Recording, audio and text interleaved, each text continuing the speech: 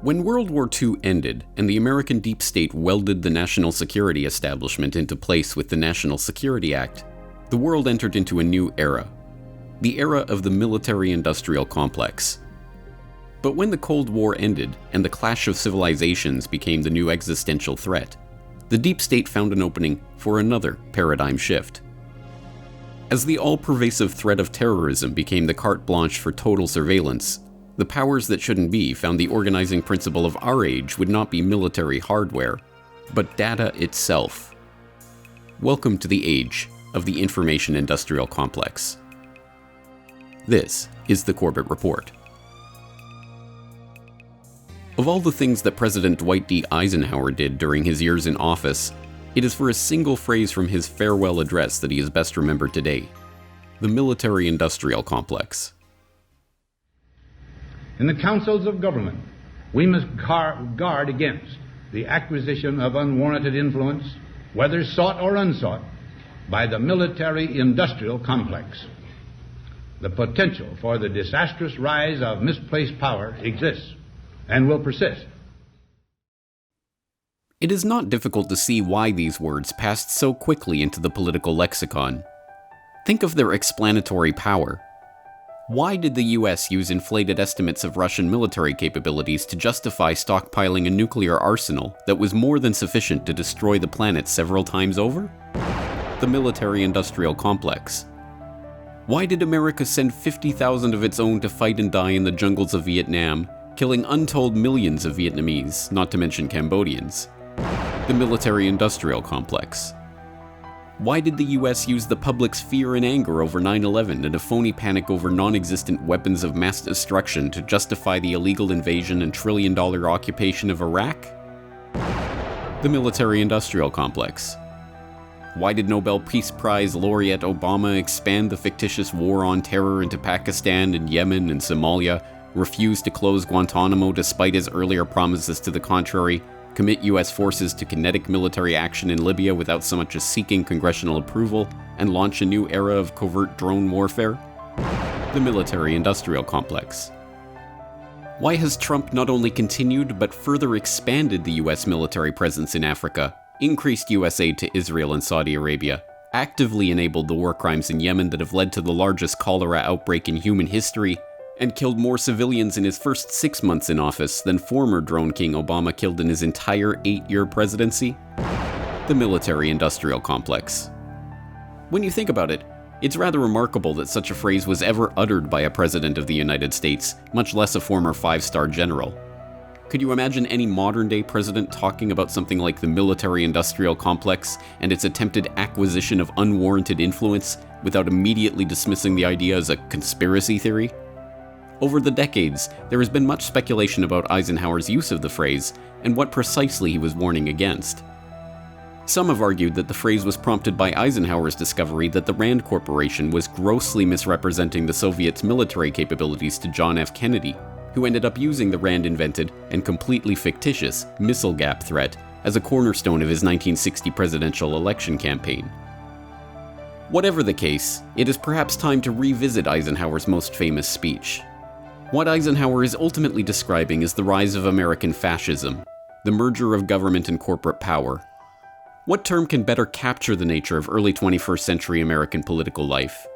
Is there any longer any doubt that the military-industrial complex has reached its ultimate expression in firms like Blackwater, aka G, aka Academy, and its military contractor brethren? Is there any other word but fascism to describe a state of affairs when a Secretary of Defense can commission a study from a private contractor to examine whether the US military should be using more private contractors, only for that same Secretary of Defense to leave office and become president of the company that conducted the study, only to leave that company to become vice president of the US and begin waging a war that relies heavily on no-bid contracts awarded to that same company based on the recommendation that it made in its original study? Yet this is precisely the case of Dick Cheney and Halliburton.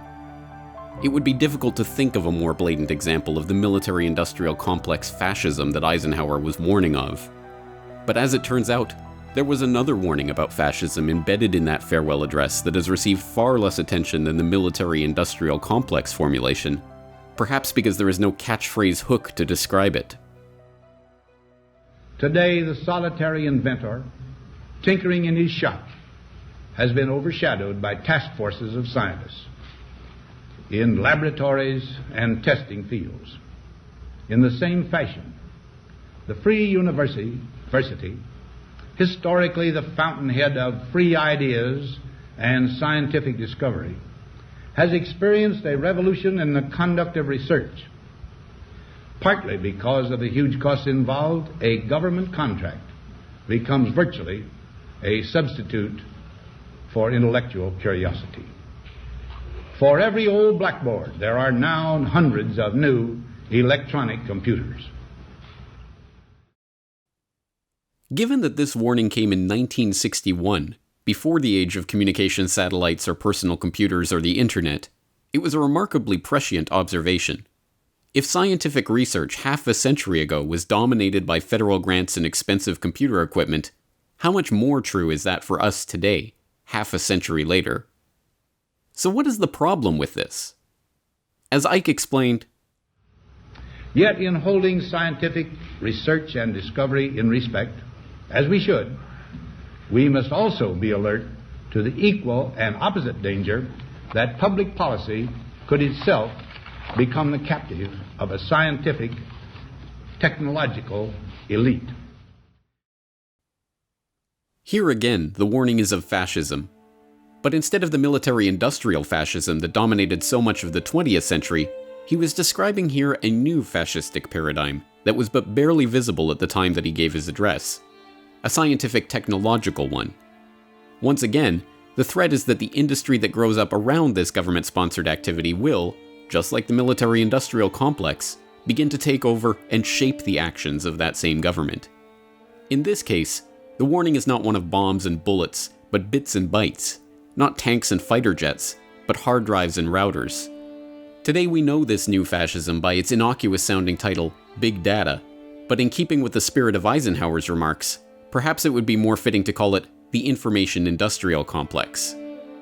The concept of an information industrial complex holds equally explanatory power for our current day and age as the military-industrial complex hypothesis held in Eisenhower's time.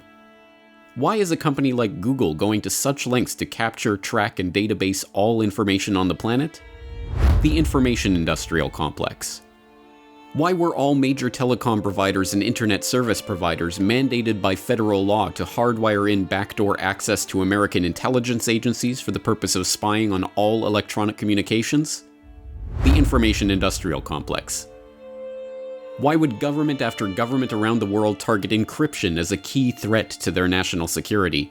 And why would banker after banker call for Bitcoin and other cryptocurrencies to be banned, even as they plan to set up their own central bank-administered digital currencies? The information industrial complex. The effects of this synthesis are more and more felt in our everyday lives. Every single day, hundreds of millions of people around the world are interfacing with Microsoft software or Apple hardware or Amazon cloud services running on chips and processors supplied by Intel or other Silicon Valley stalwarts. Google has become so ubiquitous that its very name has become a verb meaning to search for something on the internet.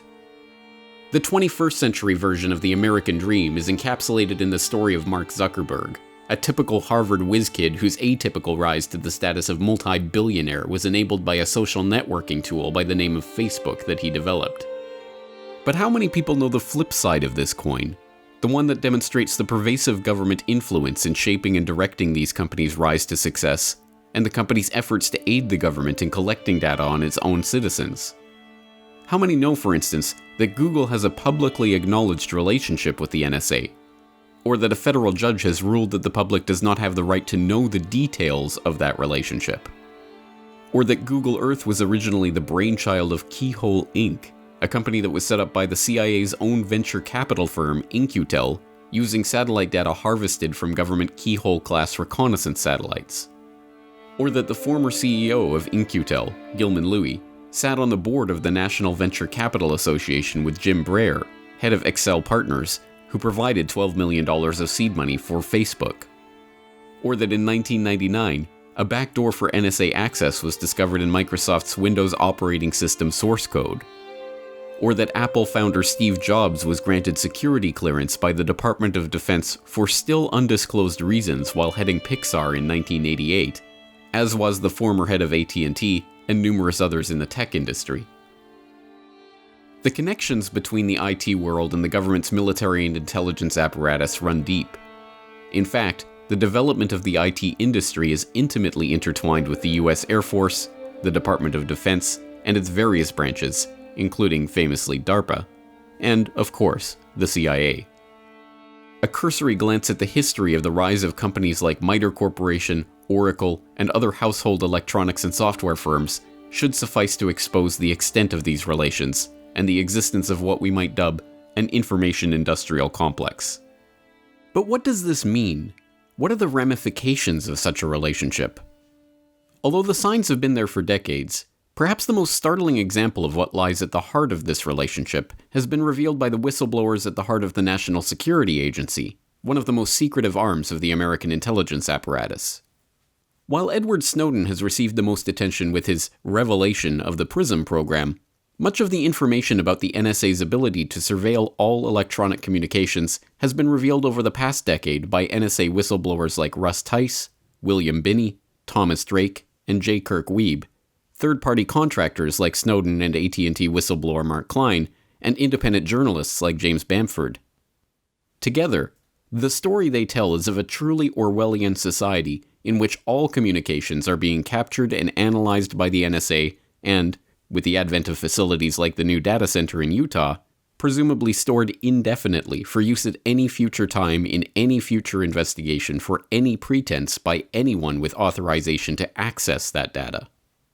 According to Snowden, this includes lowly third-party contractors like himself, operating at NSA subcontractors like Booz Allen Hamilton in the vast and expanding private intelligence industry that has grown up around the information industrial complex in the exact same way as private military contractors like Blackwater formed around the military-industrial complex. In some ways, this information-industrial complex is even more insidious than its military-industrial counterpart. For all of the ills caused by the military-industrial complex, and there are many, at the very least, it required some sort of excuse to drain the American people's resources, and its failures, like the Vietnam quagmire or the debacle in Iraq, happened in the clear light of day. In the information-industrial complex, where vast spying programs happen in the shadows and under the cover of national security, it takes whistleblowers and insiders willing to risk it all even to find out what is being done by these shadowy agencies and their private sector contractors. Even worse, the entire Orwellian spy grid is being run on the flimsiest of pretenses, the war on terror, that has no defined endpoint and justifies turning that spy grid inward on the American people themselves. Surely Eisenhower never envisaged the monstrosity that this information industrial complex has become, but the foresight he saw in identifying its early stages over half a century ago is remarkable. The problem is that we are even further away from heeding the warning that he delivered in that 1961 address than we were at that time. It is the task of statesmanship to mold, to balance, and to integrate these and other forces, new and old, within the principles of our democratic system, ever aiming toward the supreme goals of our free society.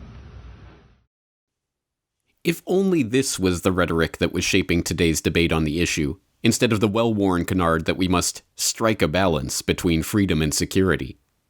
Sadly, until such time that the National Security Act of 1947 is repealed, and the cover of national security is lifted from the dark actors that populate this sector, the information industrial complex is unlikely to be quashed, or even hampered, anytime soon. The Corbett Report is brought to you by the Corbett Report subscriber, a weekly newsletter featuring James Corbett's International Forecaster editorial, recommended reading and viewing, discounts on Corbett Report DVDs, and once a month, a subscriber-only video. Sign up today to start receiving your copy at corbettreport.com/support.